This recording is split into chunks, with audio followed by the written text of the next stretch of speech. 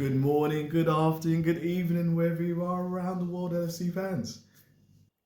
What a result! What a result! What a result! Getting Liverpool beat the arch enemy 2-0, Man City, capitalising on a great weekend, which sees Liverpool now 11 points ahead against Arsenal.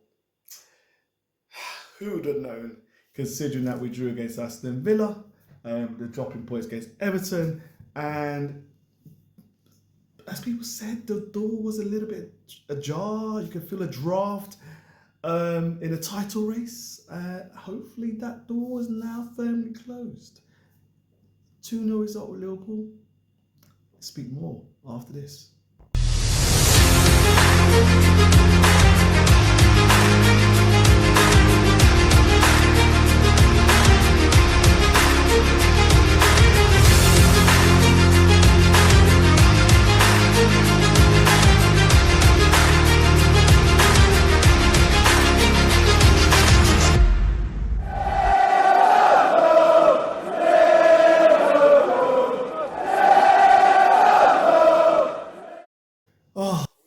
We know how hard it is really against City. We know City's not been playing very well. Look, they're a good team. Great manager, and Klopp's legacy would have been even greater if it wasn't for the existence of City under Pep. Now, obviously, we know there's the charges to be settled in terms of what the outcome is, and so hopefully, I think some point in, I don't know if it's winter or something, November or whatever, we'll hear a bit more about the decision there and in terms of what consequence City may face, if any consequence. But the fact is, they've been our nemesis. They've stopped Klopp being even greater legend. And the achievements that he's had while facing that foe is still remarkable. And the foundations we've known has been created by Klopp, which now Slot has put a roof on. Title's not over yet. Season still to go. I think about 12 points, 12 games still to go. However, 11 points ahead, 64 points to 53. Arsenal dropped points against West Ham. Had a little slight feeling that may be the case. I didn't want to talk too much. I kind of felt that, there's a slight danger that, they may get the points, they're at home, blah, blah, but I kind of felt if West Ham could turn up with the fear of relegation chasing them and have a really good defensive shape, they could get a result. And they did, and well deservedly. Obviously, in terms of City, it's one of those games you can't say, yes, we're going to win. And we weren't going into the with a most of confidence. We were not, to be fair. And there was going to be a potential danger that at some points with the next few games and dropping points against City, but losing, Arsenal could be 3 points behind. And that really would have been, it's not a case of unfair, but I kind of felt that would have really put the cap on a difficult period for ourselves. But look, Slot knows what he's doing, and tactically was aware of how to capitalise on situations. And look, we can admit, City right now have got injuries. The back four is decimated, and the best defensive midfielder in the world is not playing, with potentially the best striker in the world is not fit. We take that because many times with Klopp, we've turned up with injury, decimated squads, defences, decimated, having to, play all kind of people, Nat Phillips and all that kind of stuff. And we managed. We've had to manage. We've had to do it, and they've had to do it. And starting lineup, I think I kind of would have went with that, which is Alisson, Robbo, Virgil, Kanate, Trent, Maka, Grav, Szoboszlai. That it all kind of in key matches. I think that squad really picks itself, doesn't it? The only sort of juxtaposition to look at is up front. Salah we know on the right, and obviously with Gakpo coming back from injury and Jota still working his way through, and Nunes' form being poor, it kind of would have expected it to be Diaz.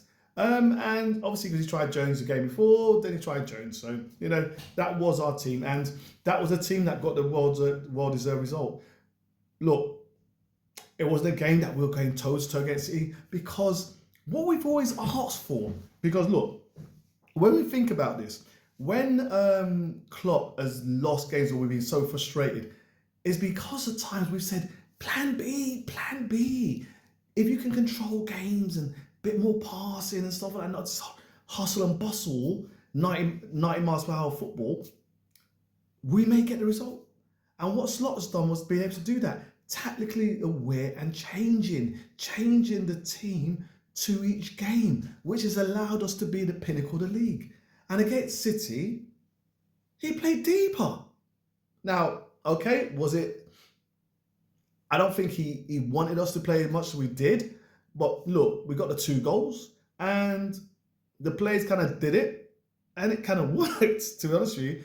We would have wanted a bit more possession, but team cohesion was always going to be there. That's what the plan was. Team cohesion, setting up with Szoboszlai and Jones together in a sort of number 10 role, sort of false nines. And Gravenberch and McAllister behind them. Spine. Konate and Virgil, spine. Alisson, spine. That was strong. Now, weakness we always knew was going to be on the flanks. Against Robbo, I was really worried. I think Robbo, fitness, speed, age, it's all catch up, and his passing is not as good as it was. His run up the pitch, you can't get up and down the pitch as much as you did before. So against Sevilla, I was worried. But more worried was what the reality was with Trent's side. I think Doku passed him more times than any winger has. And also in the league, I think, history so far, the amount of times he got passed. Now, luckily, we managed it. Why we managed it? Because we had Konate, we had Salah even tracking back, supporting. We had Gravenberch at times, all trying to help Trent, because Trent could just not defend. He did his best just to manage the damage against Doku. And lucky, because Doku's not aggressive enough to play it and keep going into the box and be direct, we were able to get past that and to still get the result. But everyone can admit, our right back was just getting tormented. And that wasn't surprising. He's never going to be a great defender. That's just a fact.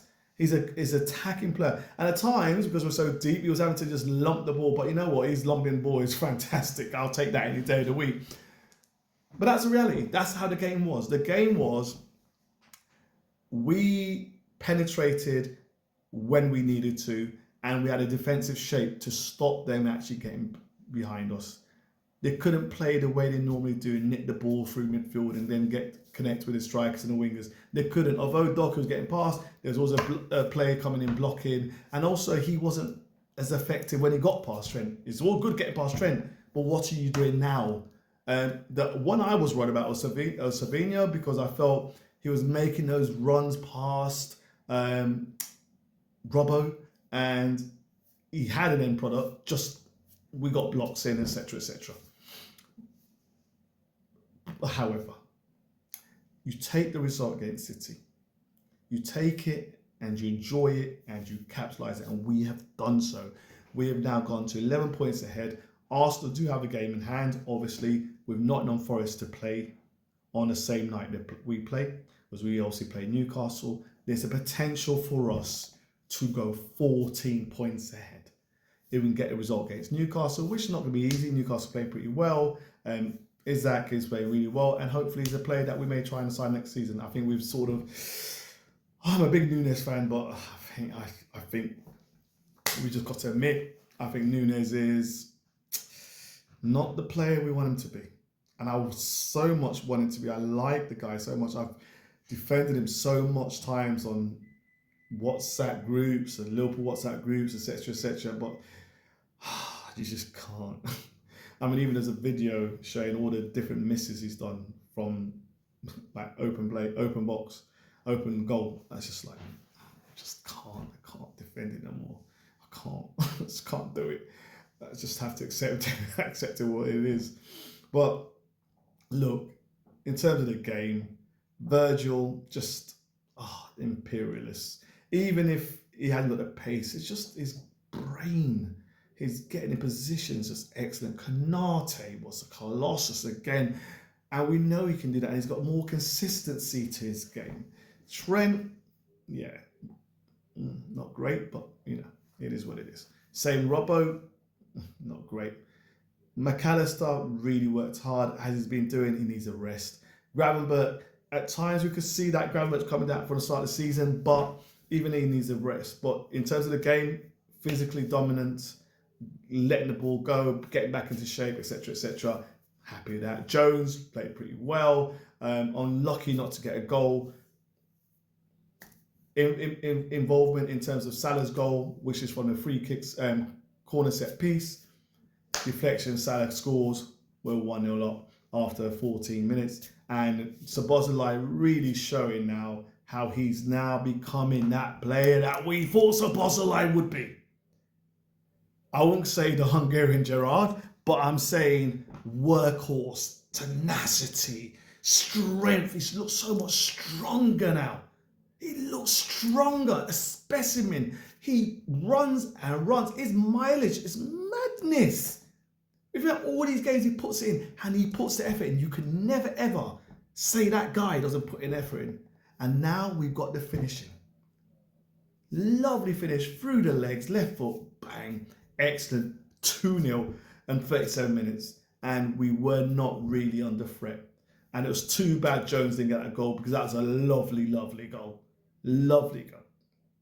But, you know, 2-0 at City, you take that. You increase our points difference. We take that. And now Arsenal are even under more pressure because they have to be squeaky clean. I think the stats were saying, I think, 7 games at home? Come on, really? You expect us to lose so many games at home? We've got 7 games. You'd expect us to win at least 6 of them, if not all 7. And if that's the case, the league is done. And then we'll have the open toolbox. And we'll enjoy the fruits of Klopp's labour with Slot's tactical finishing of the job.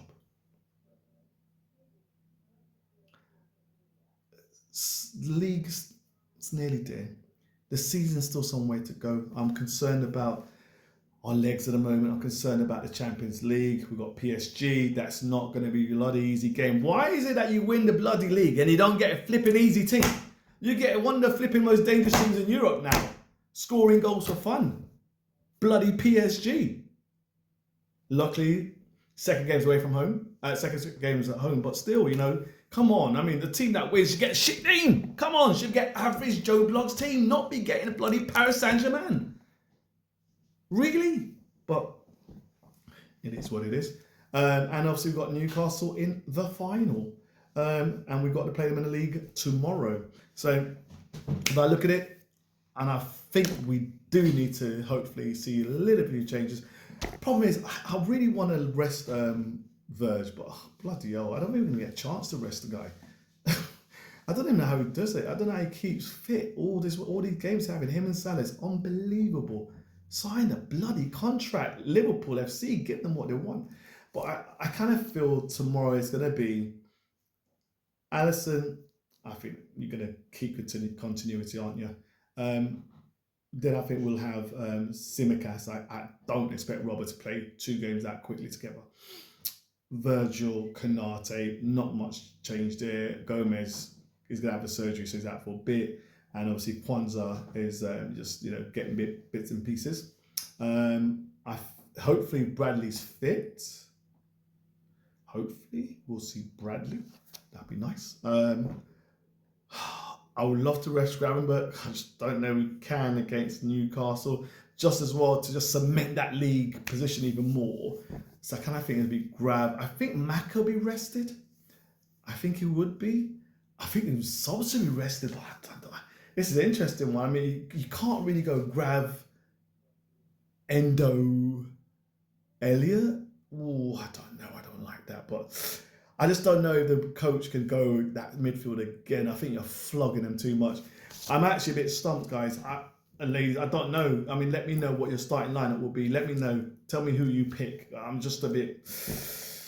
What do? You're going to keep playing these players, and you've got some hard games coming up. And I know in March we don't have many league games, but we obviously got all the cup games, etc., etc. Up front, I think Salah wants those history book results. He's currently what I think is, however, placed now in terms of assists and goals scored in a season. He's really pushing it to be the best now ever. I think the only behind, and I think it's Andy Cole or something. So he should hopefully beat that at some point this season. But it's just amazing, and he would have got more if it wasn't for Nunez's misses. Nunez's missing chances. He would have got Salah got more assists. I think we'll see Jota definitely. I don't think he's gonna start with Nunez, and probably see if Gakpo's fit. We'll see Gakpo. Let me know what you think. Let me know what your starting lineup would be for the game against Wednesday in terms of Newcastle Wednesday. And like, subscribe, and click on the notifications. It'd be really good to get your support. I want to be on a road to 100 subscribers. Been doing this now since September, I think it was. So it'd be nice to get up to 100 subscribers. Again, things that you do part-time, after work, etc., etc. So I like to talk about Liverpool, I like to share that with yourselves, and I hope you like enjoying the content. I do hope to sort of broaden it more soon and have panelists in to talk about games and stuff like that. So that'd be really nice. But love your support, and I'd love to keep supporting me on this. Thank you. And click on notifications, like, subscribe, and speak to you outside.